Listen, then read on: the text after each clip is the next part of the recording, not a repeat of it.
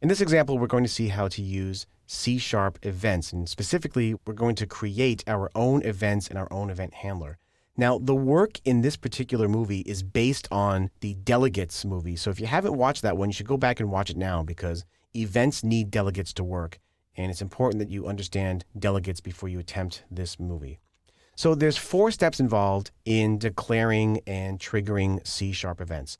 The first is that we have to create a delegate, which is the event handler. And just like we did in the previous section, we do that by using the delegate keyword, and then we declare the delegate name. In this case, I've got an event handler which returns a void value. So there's no return value from this function. And then I declare the parameter list. In this case, there's an integer parameter and a string parameter. Now, inside the class that's going to implement this event, I need to use the event keyword. So what I do is I define my class, and I do that normally with my class definition. And then somewhere in my class, I do something like this. I say public, and then the word event in front of the event handler delegate name, and then I give it a name which is going to be used by the consumer of this class to hook onto my event. So somewhere else in the code, someone who's using this class is going to write something like this. They'll write my class and then some variable name, in this case object, equals new my class. So now they've created an instance of this class. Now what they want to do is listen for, or sometimes the word subscribe is used to this event. To do that, they'll use the my event property, which I've declared up there in my class. They'll use the plus equals operator to specify a handler function that will be used to handle that event. This is called subscribing to an event, and it adds the handler function to the list of functions that the my event is going to broadcast to. Then all I have to do is declare that function. Here I've got a handler function, and notice that it matches the same format as the delegate that I declared in the first line up there. It's a void function, and it takes 2 parameters, an integer and a string, and then it implements whatever code there is. Now, this is the function that's going to be called whenever that event happens. And you can see that there's the plus equals operator that subscribes to the event. If you wanted to have your code to stop listening to an event, you would simply use the minus equals operator and the same name of the function that you used to subscribe with. So let's take a look at this in action in real code.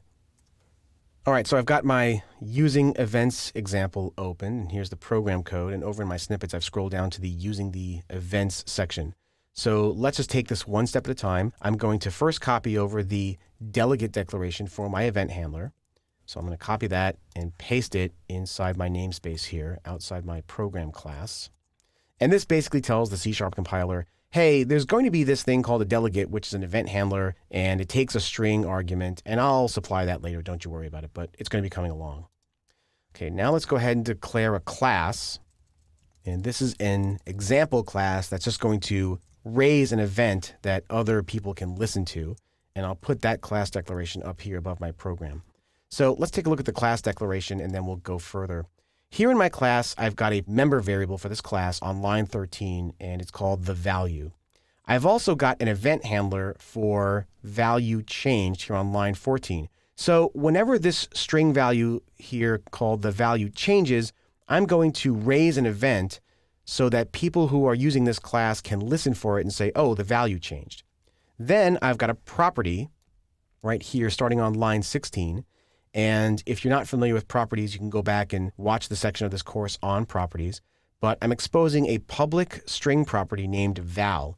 And you'll notice that I'm only supplying a setter, which starts here on line 18. So the setter does 2 things. First, it sets the value of the value member variable to whatever the value supplied to the property was. And then it calls the value changed event here on line 21. So anyone who's subscribed to listening to this event is going to get notified that the value has changed. And it passes in the value of this private the value member right here as the first argument. All right, so all that's left to do now is go back over to the snippets and copy over the code here that listens for the event. And I'm going to put that in my main. So let's go through this line by line. Here on line 30, I'm creating a new instance of my event example class, and that's this class right here, the one that implements the event. And I've got a variable called myEVT. Then on line 32, I say myEVT.valueChanged, which is the name of the event. Right? Let's scroll back up. You can see there on line 14, that's the value changed event. Plus equals new myEventHandler, which is the name of the delegate. And then I need to supply the name of the function that's going to handle that event. And the reason there's a red squiggle there right now is because I haven't declared the myEVT_valueChanged function. So let's go do that right now. Back over in the snippets, I'm going to copy this function right here. This is myEVT_valueChanged. And I'm going to copy that and paste it. And I'm going to paste it below the main function. So now you can see the little red squiggle error has gone away because now I have a function which is going to handle the event. And let's just take a quick look at the event handler. So here on line 46, you can see that in the function, all we do is just write out the value of that argument that was passed to us. And if we scroll back up to the class, remember that when we call this event, we're going to pass in the string that is represented by the private the_value member of my class here. So now we're pretty much just about done. All we need to do is take a look at what lines 34 through 41 are doing. What I've got here is a string variable, and then I have a do while loop. And what's going to happen is I'm going to read a line of text from the console, and if that string is not equal to the value of exit, I'm going to set the public property of the myEVT object to that string. Scroll back up. That's going to cause the setter of this property to trigger. It's going to set the value of the value member variable to that string, and it's going to trigger the event. And so this loop is going to just keep right on executing until I type in the word exit. And when the word exit gets entered, the program will terminate because there's no more code after this in the main function.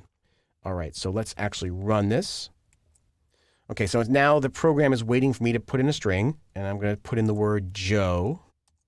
And you can see that when I set the value of that string, the event handler gets triggered, my event handler gets called, the string gets passed in as the argument, and we're just writing out that string.